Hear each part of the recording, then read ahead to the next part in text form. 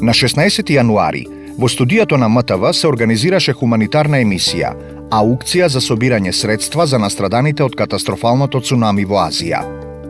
Во емисијата во живо, во која гостуваше речиси целата македонска естрада и уметници, 12 часа се одговараше на отворените телефонски линии од донаторите Македонски телекомуникации, Мобимак и Космофон. Пијанистот Симон Трпчевски го продаде новото CD издадено од Еми за 27.000 денари, а комплет од 20 CD-а на Синтезис се продадоа за 20.000 денари, додека насликан портрет на Есма Реджепова се продаде за 5.000 австралиски долари на македонец од Сиднеј. Во 2005 година, Советот на Европската Унија донесе одлука на Република Македонија да ѝ се даде кандидатски статус. По цели 15 години од стекнувањето на независноста, по сите внатрешни премрежја и конфликти, Република Македонија конечно се здоби со статусот земја кандидат за членство во Европската Унија. Стратешка цел на Македонија е членството во Европската Унија и НАТО. Кон Европската Унија постои една голема посветеност затоа што од она што го имаме досега во целиот тој процес укажува дека тоа е единствен начин, на доброволен начин да се согласите да го менувате вашето општество, да ги менувате навиките во функционирањето на институциите и доброволно да прифаќате промени во политичката, економската, социјалната сфера. Генерално 2005 година Македонија беше подинамично скроена, порешителна во реформирањето, го задржа темпото од 2001 кога добивме договор за стабилизација, па потоа решителниот и брз одговор на речиси 3000 прашања, што зборуваше за капацитетот на тогашната администрација, па и сега на дел од државната управа да одговори на тие сложени акија и прашалници.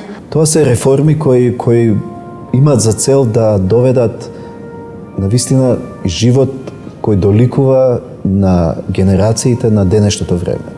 Значи, затоа Европа е многу повеќе од она институционална рамка која ние ја доживуваме преку реформите. Поднесувањето и прифаќањето на поднесокот на Република Македонија од страна на меѓународната заедница и на Европската Унија одеше многу глатко. Се направи во Ирска, во еден народ кој има големо разбирање, односно кај еден народ кој има големо разбирање за македонските трауми, самиот поделен, обесправен во еден свој дел и така натаму. Во тој момент Грција немаше таков ултимативен, ригорозен став, дозволи да се направи тој исчекор. Мислам дека Грција во тој период процени дека е се уште рано да ја започне блокадата, затоа што имаше можност тоа да го направи кога ќе треба да се додели датум за почеток на преговори.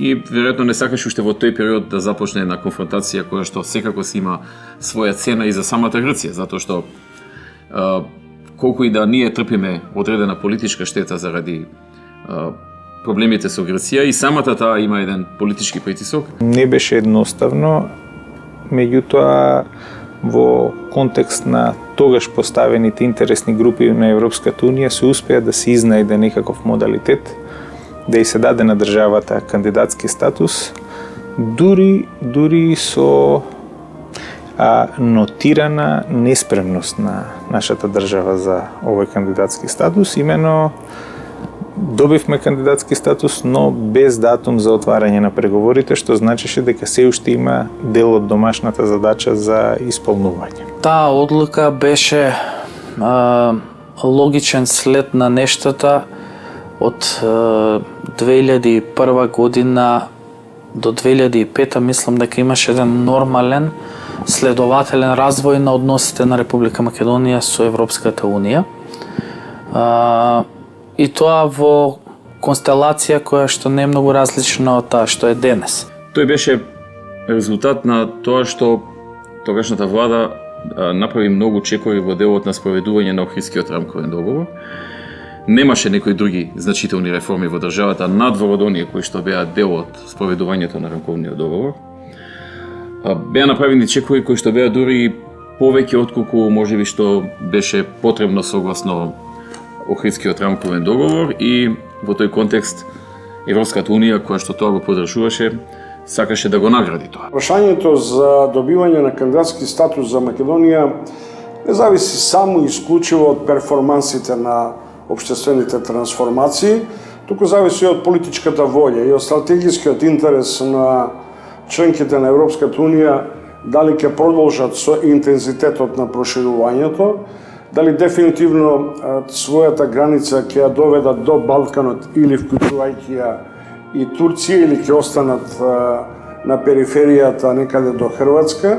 И тоа беше на некој начин евеви награда затоа што го направивте ова со Охридскиот рамковен договор, меѓутоа бидејќи друго не направивте, други реформи и напредоци, ќе почекате за датум за преговори. Статус кој представуваше сериозно признание на граѓаните на Република Македонија за сите напори кои заедно со одговорните државни органи ги вложија во функција на исполнување на потребните критериуми. Европа е едноставно стил на живот. Да доете да станете човек кој ќе биде почитуван, да бидете човек кој живее од 21 век, кој може да влезе на пазарот на трудот, да влезе на широкиот отворен простор, да се надпреварува, да се докажува и да го освои она што му припаѓа. Но за да се постигне тоа, не е доволно само политичките елити да се договараат меѓу себе или пак политичките елити да тврдат дека имаат некаков си договор или основа за договор да спроведат одредени политики. За да се постигне таа цел, треба да вложат или да придонесат сите општествени структури. Главно Република Македонија, барем од Европската унија, се сметаше дека ќе добие значаен поттик со ваквиот кандидатски статус, на тој начин што потоа ќе се овозможи забрзување на темпото на реформите. За жал немаше други видови на реформи, значи реформи во економијата, во правниот систем, реформи во поделни сектори, земјоделието, образованието, здравството и така натаму, така што Европската унија беше свесна на тоа. Всушност, кандидатскиот статус или моментот на добивање беше едно зацкривање под тепих на вистинските проблеми и тоа се покажа во наредните години, кога на Македонија и треба уште добри 2 години за да си ги дозаврши домашните задачи, за да може да продолжи понатаму кон следниот чекор, а тоа е добивање на позитивно мислење за отварање на преговори. Целата постапка околу официјалното добивање на статусот на земја кандидат започна уште во февруари истата година, кога владата на Република Македонија официјално го достави одговорот на прашалникот на Европската комисија. Неколку месеци подоцна, владата и официјално до Брисел ги достави одговорите на дополнителните прашања. Тоа е единственото собирање, значи единственото собрание на Република Македонија во која имаше политички диалог, која возможи промена на уставот, донесување на двотретински закони, кои донесоа на Македонија потоа голем напредок во доближувањето кон Унијата и за среќа по изборите, кога ВМРО ДПМН се врати во коалиција со други, јас веќе не бев пратени, партии успеа тој тренд, таа нагорна линија да ја изведе до крај.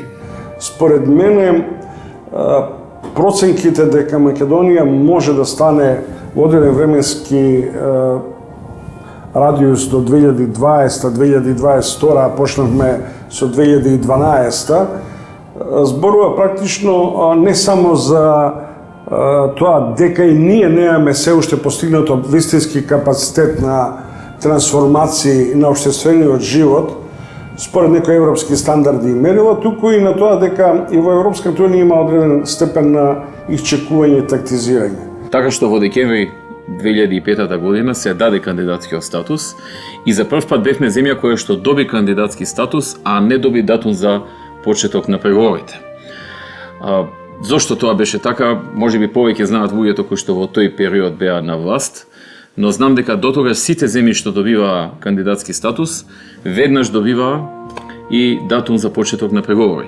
Со очекување и во Брисел, и во Скопје, и кај македонските граѓани дека во некој разумен рок во следните година до 2 ќе почне и процесот на преговарање и знаејќи ги од прилика како се движат периодите на преговарање, особено на земји со димензии слични на нашата, постоеше некој очекување дека до 2010 година Македонија може да биде дел од Европската Унија или многу близо до Европската Унија. Една од можните причини е затоа што кандидатскиот статус беше на некој начин даден само заради направените чекори во Охридскиот рамковен договор и Европската Унија не гледаше други реформи. Значи, таа даде политичка подршка на спроведувањето на Охридскиот рамковен договор или политичка награда, ако сакате, но истовремено ја закочи работата за датум за преговори, затоа што сметаше дека потребно е да се направат и останатите реформи. Знаете што? Кога ќе заминете во Словенија или во било која средноевропска земја која е членка на Европската Унија и по патиштата ќе ги распознаете разликите меѓу Македонија и Европа. Кога ќе ги видите руралните места на Словенија кои имаат стопански двор, па потоа имаат економски дворови, а пред своите дворови куќи имаат вистински паркови од зеленилови, зборува за сосема различното ниво на културолошко, социолошко, па и урбано живење. Но радоста беше поматена од еден навидум беззначаен настан – Кондово. Ова е униформата на полицајците. Знам дека се добри. Што да ни помогна за се што треба. Вака стојат работите во Кондово. Изјавата на најмладите треба да ја чувствуваат за своја и постарите жители. Лошите сенки од пред Нова година да се тргнат настрана. Стојбата е нормално добра, патролираме нонстоп, зависи од смените. Прва смена, втора, трета, нонстоп има полицајци, имаме соработка со народот. Довербата полека ја враќаме и многу ни помогна реализацијата на проектот полициско работење во соработка со заедницата. Жителите на Кондово, работејќи ги дневните домашни обврски, скромно го коментираат животот во нивното село. Све е добро, нема проблем во Кондово. Све тој што беше, све добро. Настаните кои во текот на 2004 година се случуваа околу ликот и делото на Агим Красничи, само наречениот командант на Кондово, продолжија и во 2005 година. Медиумите во Македонија повторно почнаа да јавуваат дека Красничи и неговата вооружена група повторно се појавиле во Кондово. Со оглед на искуството и начинот на кој е организирана и функционира македонската држава, а тоа значи кој е капацитетот институционален на оваа држава, секогаш и се би можело да ја дестабилизира. Во тој контекст и настанот во Кондово можеше да има импликации безбедностни пошироки. Некако ние навикнавме на такви инциденти во постконфликтниот период и не ни беше нешто ново, да кажеме. Иако за секоја нормална држава тоа би била ненормална ситуација. И ситуација која може да се окарактеризира како апсурдна и која навистина не би требало да се случи. Значи, времето кога се случи е брзо после така наречената војна со ОВК или со УЧК,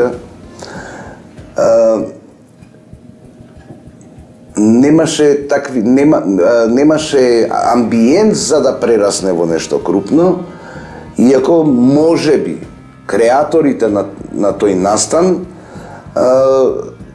мислеле дека ќе предизвикаат таков ефект. Полицијата или нема докази, или не интервенира. Овој пат, остри се и реакциите на странските представници во Република Македонија, кои бараат полицијата да интервенира и да го реши проблемот со Кондово. Страшно беше што таа банда беше вооружана. Значи, оружјето што го имаше ОВК на македонска територија и после 3 акции за собирање, за разоружување и после амнестија, си остана, значи, во рацете на тие што го ракувале. Луѓето знаеа дека 15-20 луѓе, колку и да биле во Кондово, немаат можност да издржат некаков си вооружен конфликт со безбедносните сили во период постконфликтен и да предизвикаат нешто поголемо или поголема дестабилизација на земјата. Случајот Кондово не ги тангираше односите меѓу македонците и албанците, меѓутоа, иако што во јавноста се имаше обид така да се представи, мислам дека тоа беше еден обид да се предизвика политиката на премиерот Бучковски. Мислам дека тој инцидент, барем според мене, беше на некој начин поврзан со тогашниот председател Црвенковски. До овој момент информации, па дури индикации дека за случувањата во Кондово или за експлозиите пред полициските станици Битпазар, односно ракетирањето на полициска станица во Ратница, не постои, значи, нити информација, нити доказ, нити индикација дека зад тоа стојат служби на соседни држави. Изјавата на председателот Црвенковски дека надлежните институции мора да ја решат ситуацијата во Кондово за Министерството за внатрешни работи представува голема провокација. Но полицијата не реагира. За доцнетата акција на полицијата, дури кон крајот на годината, како и повлекувањето на вооружената група на красничи, како да беше дел од едно поголемо сценарио, зашто пишуваа некои странски медиуми, а беше пренесено и од домашните. Македонската држава во името на соживотот и рамковниот договор и духот на рамковниот договор влезе во преговори, суштински преговори со една селска банда. Тоа беше застрашувачки. Тоа го покажуваше реалниот капацитет на институциите. Сепак мислам дека Красничи вистински работеше за тогашниот председател Црвенковски, кој сакаше да покаже дека Бучковски не е кадарен да ги решава проблемите во Македонија. Красничи до тогаш беше анонимност, никој не го знаеше. Но сигурно немаше да остане таков да не се случеше Кондово. Човекот апсолутно мислам дека одигра улога која му ја наметна одредени политички партии во тој период и беше само маша на одредена политичка партија и се работеше, мислам, да е контролиран инцидент, односно динамиката на тие случувања таму ги водеше некој друга, не Агим Красничи и неговата група во Кондово. Трифун Костовски како кандидат за градоначалник го промовираше во едно младо, убаво момче за кое му е чест да го придружува во кампањата во средините кои се населени со албанци. И ние секоја вечер на телевизија ни парадираше Агим Красничи како еден, не знам како да кажам, еден угледен сограѓанин кој е во функција на кампањата на идниот градоначалник. Мислам, стварно дегутантни сцени си изнагледавме. Ја мислам дека тој апсолутно на крај сам виде дека беше искористен за некои други цели кои што сакаше да ги постигне одредена политичка партија. Тоа најдобро сам го осети, уште го осеќа, затоа што заврши во притвор во 2008, затоа што се стави во улога да помогне на некој, кршејќи ги законите на земјава и на крај сите го заборавија. Ваквата атмосфера, како и целата постапка за донесување на новиот закон за територијална реорганизација, ја одложија целата постапка за спроведување на локалните избори. На локалните избори за прв пат се спроведе новиот концепт на територијална распределба, за кој што имаше огромна гужва во 2004 година, референдум. Новата територијална поделба, вие знаете дека таа обврска ние ја преземавме со рамковниот договор. Требаше на некој начин да се направи некој баланс на односите во Македонија. Дали како тоа се одрази во Македонија? Министерот Сулемани вчера и денеска контактирал со представници на локалните самоуправи на Чешиново и на Облешево во правец на помагање во изнаоѓањето решенија за прашањето каде да биде општинскиот центар.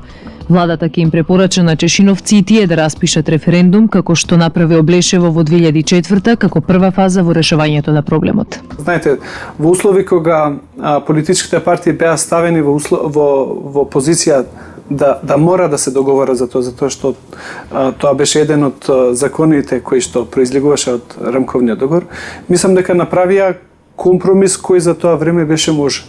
Се случи еден голем политички пазар со кој што се прекроија границите на локалната самоуправа не од функционален, не од аспект на потребите на локална самоуправа и населението, туку од аспект на политичките партии, тогашните политички партии на власт, за да може да останат на власт. И затоа мислам дека се уште ги трпиме последиците од таа да речам неефикасна или недобра територијална поделба. Дали функционираат? Функционираат. Ние гледаме дека функционира, но ако се прашуваме дали може реално да се направи подобра територијална поделба, ја мислам дека може.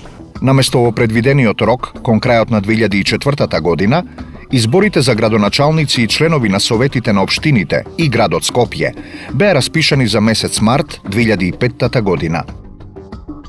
Проблемот во врска со инфраструктурата се случува или се раѓа во населбата, во општината.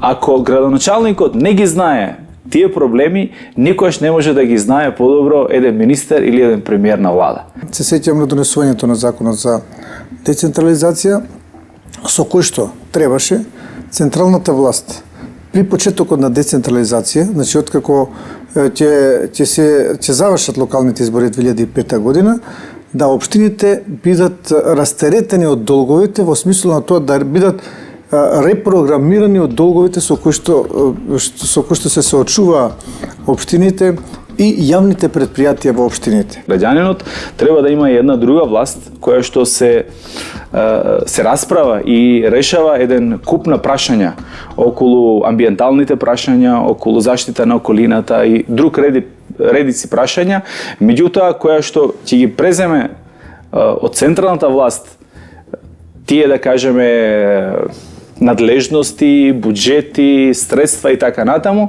и ќе биде поблиску до граѓаните за да ги реши сите тие прашања. Ние се уште во Македонија тие елементи не се јасни дека постојат два нивоа на власт, локално и централно. Ако го погледнете, локалното не учествува в купниот буџет на Република Македонија ниту со 2%, 2 до 3%. Значи, комплетно локалната самоуправа е занемарена. На овие избори се појавија две големи коалиции. Едната предводена од страна на СДСМ, Заедно за Македонија, и втората предводена од ВМРО ДПМНЕ, За подобра Македонија. Локалните избори во 2005 година беа првата победа на реформираното ВМРО ДПМНЕ и практично од тогаш на сите наредни избори ние победуваме и тоа прилично убедливо. Во албанскиот политички блок, коалиција беше воспоставена само помеѓу ДПА и ПДП. ДУИ одлучи да оди сама на изборите. Изборите 2005 година беа многу значени за Република Македонија, веќе тогаш започна децентрализацијата во Република Македонија. Именно тоа беа првите локални избори во новата децентрализација. И морам да кажам дека во тоа време тоа звучеше како еден вид на добра компензација за сите аспирации за разни модели на поделба на, да кажеме, локалната власт, односно власта во државата. Наинтересна беше политичката битка за градоначалник на Скопје. СДСМ ја поддржа кандидатурата на дотогашниот градоначалник Ристо Пенов. ДУИ излезе со свој кандидат. Истото го стори и коалицијата на ДПА и ПДП. Од своја страна, ВМРО ДПМНЕ и неговите коалициски партнери, по долго премислување и внатрешно политички несогласувања, одлучија да не излегуваат со свој кандидат. Тие ја поддржаа кандидатурата на независниот кандидат Трифун Костовски. Димензијата моја јас ја идентификувам со тоа што успехот јас го доложна преди се на оваа земја. Овдека сум се родил, тука сум се школувал, тука сум научил да работам, тука сум ги понел тие мои работни навики во кои што сум успел во еден запад. И сакам тоа да го вратам овдека изворно. Како може човек да се оложи на сопствената земја, тоа е тоа прво што јас можам да направам за мојата земја. Не земјата што може да направи за мене. За мене доволно направил. Сега јас што можам да направам?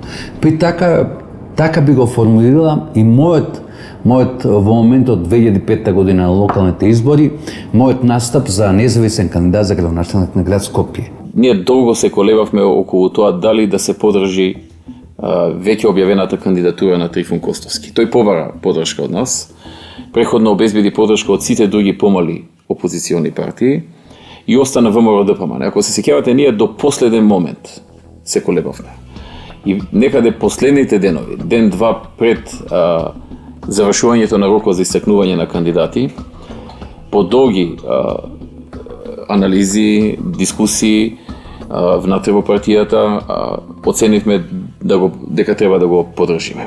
Јас сакав да дадам една нова димензија како треба се управува со градот Скопје и како тој треба да се движи по едни нормални, да не кажам, патеки. Зад кандидатурата на Костовски застанаа и политичките партии ВМРО Народна партија и Демократската алтернатива. Трифун Костовски немаше програма тогаш. Тој победи на бранот на незадоволството од законот за територијална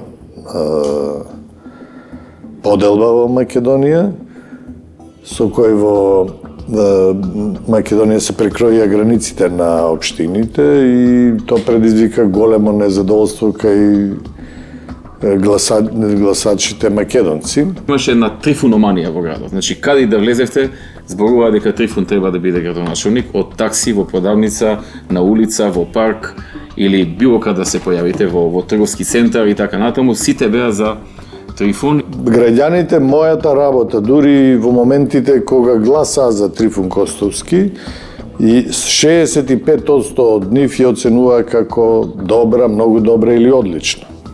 Што е извонредно позитивен одговор на мојата работа, меѓутоа тие побараа друг да го води градот и тоа беше пресудното. И имаше и јавното мислење правеше еден голем притисок на ВМРО дека треба да се подржи за да не се случи повторно да победи Ристо Пенов. Иако морам да признам беше многу популарен и по сите анкети и рейтинзи беше далеко пред мене. И граѓаните го посакуваа за победник. Тој имаше добар рейтинг во тој период, затоа што преходно важеше за човек што многу помага, човек што успел во својот бизнис. И луѓето веруваа дека ако успел во својот бизнис, тој ќе успее и да направи добро и за градот. Значи, ако знаел да направи добро за себе, дека ќе знае да направи добро и за градот. Се покажа дека не е така. Градот Скопје е во една лимбо ситуација. Значи, говориме условно лимбо, ако градоначалникот е од спротивниот политички табор, градот Скопје осуден буквално да животари. Ако е случајно со власта, тогаш тој може да добија поголем дел од средствата, да не кажам од буџетските средства на Републиката, на владата на Република Македонија. Трифун Костовски беше тројанскиот конј, која прифати улогата на тројански конј, за да го донесе ВМРО ДПМН на власт и потоа тие го шутнаа. Членовите на советите на општините и на градот Скопје се избираа согласно пропорционалниот изборен модел. Гласањето за овие места заврши уште на денот на изборите. Прегласување имаше на некои избирачки места. Изборите за градоначалници поминаа во доста тензична атмосфера. Најголемиот број од кандидатите не го добија потребното мнозинство во првиот круг. Гласањето во вториот круг беше пропратено со голем број нерегуларности, посебно во Западна Македонија. Се повеќе живееме во една атмосфера која што ни од блиску не доликува на скандинавски избори, како што ни ветуваше нашиот премиер. И што е најскандалозно, најчесто во таа атмосфера се вмешани луѓе кои што се од власта. Реакција имаше и од седиштето на НАТО, од каде што искажаа разочараност. ОПСЕ за овие избори укажа на голем број нерегуларности, иако даде изјава дека тие беа во согласност со меѓународните стандарди. Па да ви кажам, убеден сум, ако народот ја свати пораката, граѓаните ја сватат пораката, масовно излезат на гласање, не ќе има можност за нефер и демократски, нефер избор. А доколку излезат масовно, тука апсолутно. Мислам, просторот е многу стеснет за да може да има нефер ситуација. Откако Пенов ја напушти изборната трка пред вториот круг, победата на независниот кандидат Костовски беше обезбедена. Како градоначалник, секако таа функција обавував 4 години, меѓутоа ниту има претходно искуство да го водам градот, така да некој работи сами по себе веќе се отвара како нови видици, нови хоризонти во поглед тоа што на Скопје му треба. Кога заврши првиот круг на избори, имав средба со еден амбасадор кој што беше пред заминување, амбасадор на една многу значајна држава и особено за нас Македонија, но и една од најмокните држави во светот. И тој ме повика да се видиме, требаше наскоро да се замине.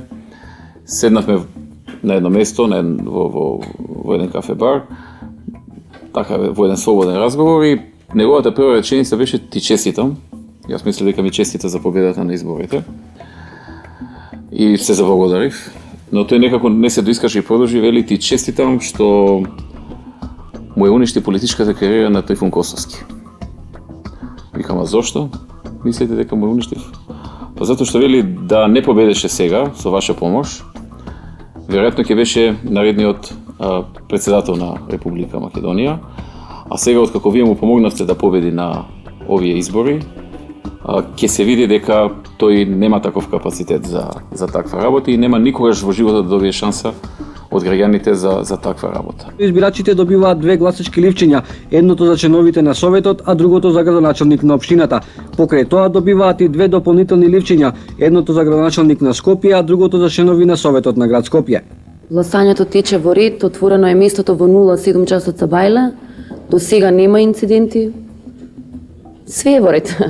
Според анкета на граѓанската организација МОСТ, која ги наблюдуваше изборите, Коалицијата за Македонија заедно доби 36 градоначалнички места, а Коалицијата за подобра Македонија 28 градоначалнички места, од кои 7 за независни кандидати, поддржани од оваа коалиција. При тоа, освојувајќи го градот Скопје, најголемиот дел од скопските општини, како и голем дел од значајните регионални центри. Тие избори беа карактеристични што ВМРО ДПМН, освен што преку Трифун Костовски оствари победа на ниво на град Скопје, ги доби речиси сите општини во Скопје. Освен една, победивме во сите општини во Скопје, каде што живее доминантно македонско население. Победивме и во другите поголеми градови, како што е Битола, Прилеп.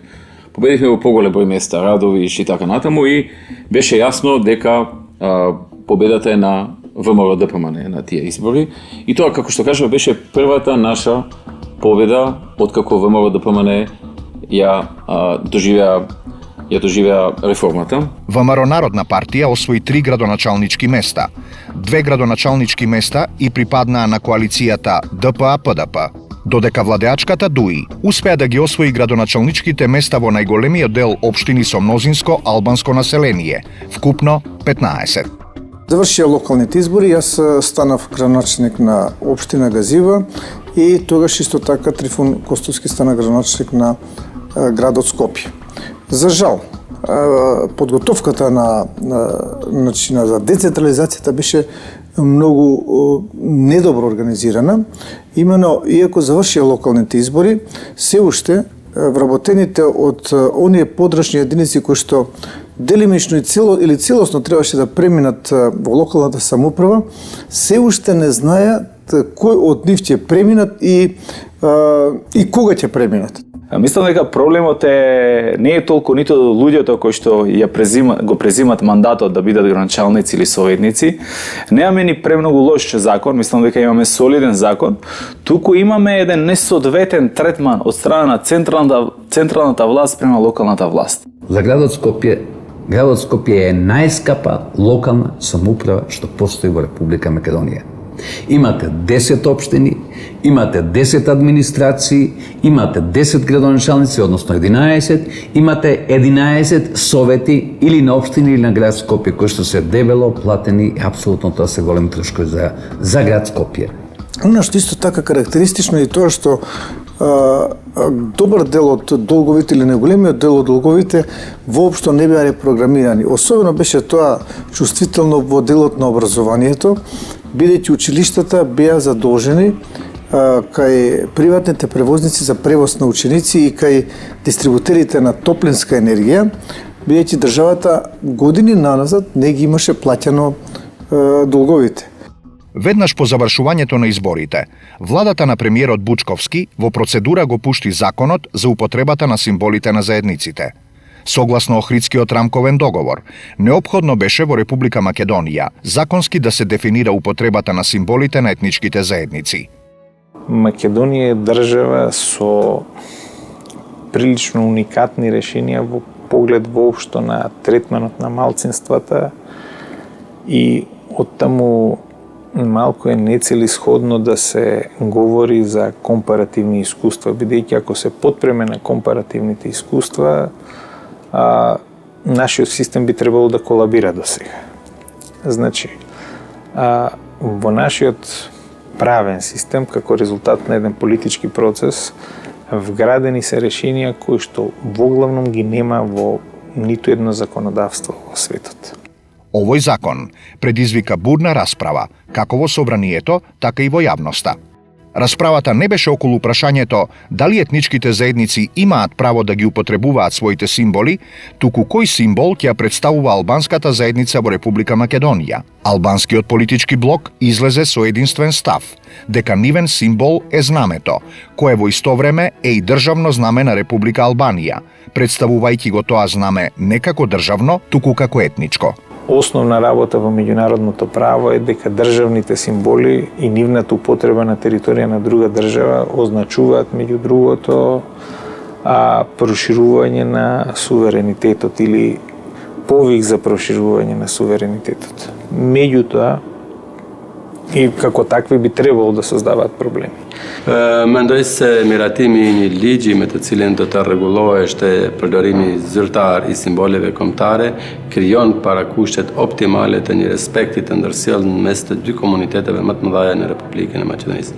Është e vërtetë se shqiptarët historikisht në këto territore kanë pas problem në përdorimin e lirë të simbolit të tyre kombëtar dhe kjo ka qenë një shenjë e krijimit dhe po të prodhimit të reaksionit edhe të raporteve të këqija ndëretnike mes popullatës shqiptare dhe popullatës maqedone. Kështu që miratimi i një ligji për përdorim të simboleve kombëtare në Republikën e Maqedonisë dhe në këtë drejtim të simbolit kombëtar shqiptar ndikon drejt për drejt në relaksimin e raporteve dhe në marrëdhëniet shumë të mira ndëretnike mes komuniteteve. Respekti ndërsjell gjithmonë është mirëqenie, është krijimi një perspektive të mirë për qytetarët e Republikës së Maqedonisë. Веројатно, како резултат на еден политички компромис кој што не мора да е најздрав, најправилен, теоретски најдобро поставен, е дојдено до ова решение и како такво го имаме. Значи, не можеме да се потпреме на туѓите искуства за да кажеме дали баш треба или требаше да произведе позитивни резултати. Sa i përket miratimit të ligjit, mendoj se ka ndikuar shumë pozitivisht në relaksimin e raporteve ndëretnike, ndërsa sa i përket përdorimit të simboleve kombëtare në shtete të tjera, mendoj se Maqedonia është shtet i veçantë, ka specifikat e veta dhe gjithmonë zgjidhjet përbohen në përputhje me specifikat që ka një shtet me atë që është edhe përbërja etnike në Maqedoni. Mendoj se kjo është një standard i mirë për gjithë qytetarët, është një shembull i mirë për shumë shtete multietnike dhe multikonfesionale. Животот во Македонија продолжи понатаму. Чаша мед помешана со чаша пелин.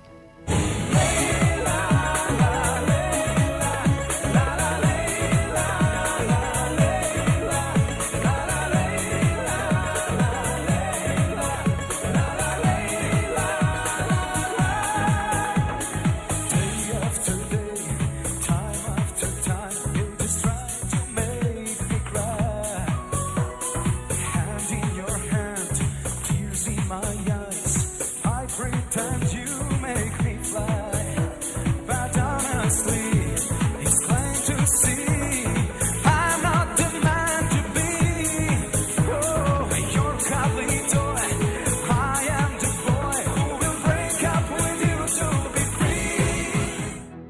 На 10 јули, проектот на Театарот за деца и младинци од Скопје Македонска приказна ја освои највисоката награда – Гран При на Интернационалниот фестивал на театри за деца, што се одржа во Котор. Ова беше втор Гран При што на ваков голем театарски фестивал го добива Македонска приказна, победувајќи проекти од земји кои имаат сериозни продукции во нивните театри за деца. Македонска приказна е проект што во Театарот за деца го постави куклениот мајстор Боњо Лунгов од Бугарија, а во неа глумат, пеат, удираат на тапани и изведуваат анимации 5 мина актери – Тања Кочовска, Катарина Илиевска, Владимир Лазовски, Олгица Христовска и Предраг Павловски. Сценографијата е на Љубомир Чадиковски. Паралелно со сите овие настани, во фокусот на јавноста беше и одлуката на јавното обвинителство на Хашкиот трибунал да покрене обвиненија против поранешниот министер за внатрешни работи Љубе Бошковски и против Јохан Тарчуловски, поранешен шеф на обезбедувањето на председателот Борис Трајковски.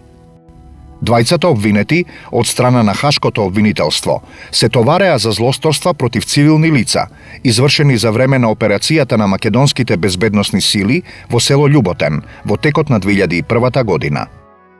Судскиот спор, односно случајот судењето кое се водеше пред Хашкиот трибунал, несомнено е тешко да биде оценувано од аспект на неговата основаност со оглед на фактот што сепак се работи за меѓународен трибунал и Република Македонија како сериозна држава ги прифаќа сите институции на меѓународното право, вклучително и овој трибунал. Ние можеме да имаме едно или друго размислување за тој суд, меѓутоа тој суд беше формиран од Обединетите нации и тој имаше право да постапува по тие предмети. Меѓутоа, кога станува збор за овој конкретен случај, сепак ќе остане чувството дека во Хаг се судеше само на многу мал број на луѓе, односно само на двајца осомничени или обвинети, како сакате, а потоа се донесе пресуда секако во процедура која одговара на трибуналот. Меѓутоа и двајцата беа представници на институциите, односно представници на безбедносните сили на Република Македонија. Во Македонија јавноста беше поделена и таа поделба мислам дека беше повеќе етничка. Например, етничките македонци сметаат дека тие судски процеси се неправедни, а од друга страна албанците веруваат дека тие луѓе што се таму во Хаг треба да им се суди. Испорачувањето на овие две лица на Хашкиот трибунал предизвика реакции во Македонија, бидејќи Хашкото јавно обвинителство се немаше изјаснето за случаите со мавровските работници и Браната Липково. Инаку, што се однесува до основаноста, сметам дека е неблагодарно да се коментира основаноста на било кој судски случај, со оглед на тоа што трибуналот одлучи дека треба да постапува и може да постапува согласно нивниот статут, согласно правилата за работа на овој суд и тие постапуваа по случајот. Би можел секој од нас повеќе субјективно да ги коментира одлуките, доказите, чувството на основаност или неоснованост, но тоа е сосема друго прашање. Јас можам да го кажам, моето лично чувство се разбира кога човек ќе се сети како започна целата таа постапка од самото приведување на тогаш осомничените, односот на државните институции во тој период. Верувам ќе се сетите дека еден од тогаш приведените Јохан Тарчуловски беше буквално киднапиран од улица, не му беа овозможени нити оние елементарни права да го контактира семејството, да добие право на бранител. Кон крајот на годинава, внатрешен потрес во СДСМ. Долгогодишниот виден член на оваа партија и кандидат за председател на Македонија во текот на изборите 2000 година, Тито Петковски, поднесе неотповиклива оставка на сите функции во партијата. Политичкиот став се гради и политичкиот став може да се промени. Јас реков во моментот кога се прави преиспитување на еден политички став, она што е по-продуктивно, подобро за партијата, може политичкиот став да се промени. Истовремено, со оставката, Петковски најави формирање на нова партија. Раководството на СДСМ ја прифати оваа оставка, ставајќи ја во контекст на личните амбиции на Петковски.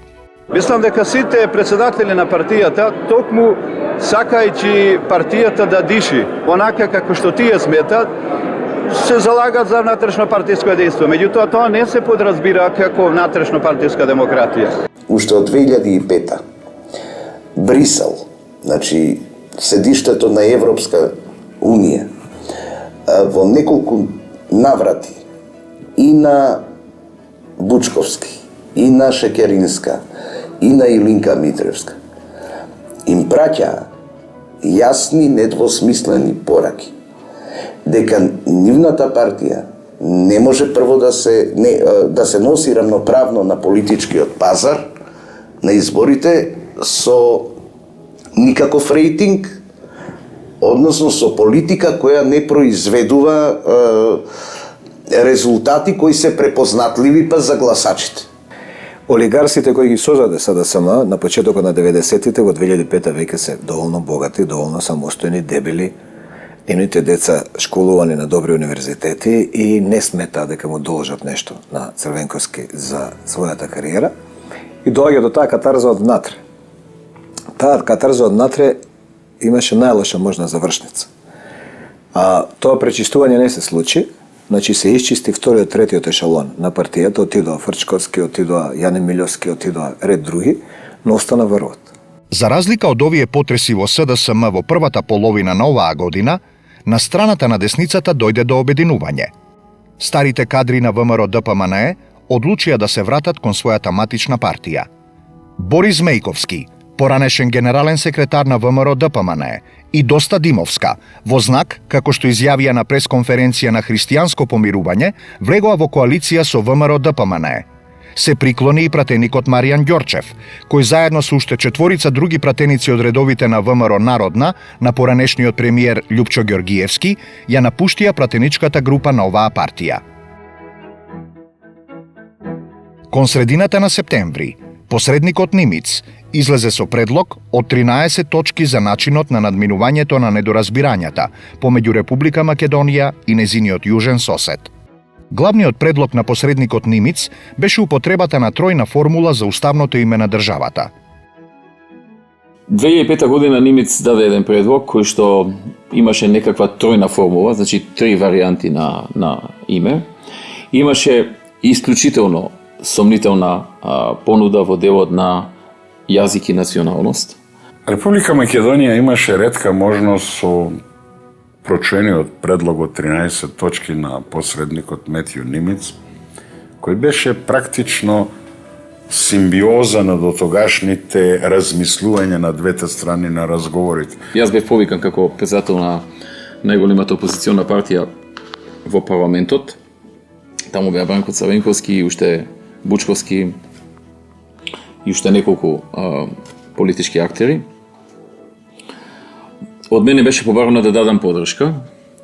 Веруваа дека Грција нема да го поддржи и дека тоа би била некаква предност во меѓународните контакти за нас. Меѓутоа, јас им кажав дека не можеме да влеземе во таков ризик, да очекуваме дека Грција нема да го поддржи. Туку треба да кажеме принципијално дали е тоа добро за нас или не е добро за нас. Проценка на ВМРО ДПМНЕ беше дека тоа не е добро, таквиот предлог за Република Македонија, и рековме не треба да си играме играчки, додеме на блефови, затоа што блефот од 10 пати еднаш нема да успее. Имајќи ги во предвид сите овие факти, флексибилности и така натаму, ова е вистински момент за ова. Ја повикувам оваа влада во најбрз можен рок да организира референдум за зачувување на уставното име на Република Македонија. Тој референдум ќе го поддржиме сите ние, сите опозициони партии, самата власт и самата опозиција, без да го делиме народот, и тоа е гаранција дека тој референдум ќе биде успешен. И тоа е нов момент потоа во натамошните разговори околу уставното име на Република Македонија. Една работа да се разбереме, ние постојано тука грешиме. Посредникот нема улога да ни дава предлози. Неговата задача е врз основа на кажаното на разговорите, а не на преговорите. Ние не преговараме, разговараме. Врз основа на кажаното на разговорите, да состави нешто што му личи на компромисен предлог и да го стави на маса на разговорите, за да учесниците на тие разговори кажат колку тоа е прифатливо или не. Во меѓувреме додека траеше таа расправа, Грција го одби. Подосна рекоа, ајде сега, бидејќи Грција го одби, ние да кажеме дека не е прифатлив. Јас им реков дека тоа исто така не е добро. Значи не е само причината дали Грција ќе го прифати или нема да го прифати, имаше и втора причина, а тоа беше нарушување на нашите преговарачки позиции. Доколку ние во тој момент прифатевме такво нешто, кое што веќе Грција го беше отфрлила, наредните преговори ќе почнеа од таму, од тоа што сме го прифатиле, па кон полошо. На 18 октомври во Скопје беше објавен извештајот на Transparency International на светската листа на корупција. Земјата го достигна се чини највисокото ниво на корупција, вклучувајќи и првата половина на 2006 година, период во кој што и според меѓународната организација Transparency International, Македонија се најде во најдолниот дел на табелата во својата историја. Македонија се најде на 103-то место од 159 држави и беше меѓу државите Свазиленд и Гамбија на оваа листа, што покажуваше дека земјата има многу сериозен проблем со корупцијата. Македонија го допре совсемното дно, значи дојде на 105-то место. За споредба ќе кажам дека сега сме веќе на 62-то, работиме да биде и подобро тоа. И бевме во група на земји од Африка кои што дори не ги познававме, до толку некои земји кои што се навистина цивилизацијски назад. Индексот на перцепција на корупцијата во Македонија годинава е 2,7%, колку што бил и лани. Што беше многу лошо за имиджот на државата, но и беше реално осликување на состојбите во државата. На 21 декември на ЛТУ арената во Диселдорф се одржа фудбалскиот надпревар, мечот против сиромаштијата, кој го организираа Роналдо и Зинедин Зидан. На овој трет од ваков тип надпревари, македонскиот репрезентативец Артим Шакири ја имаше таа чест да настапи во тимот на Зидан. Надпреварот го проследија 48.783 гледачи, а повеќе од 30 телевизиски станици ширум светот вршеа директен пренос од истиот.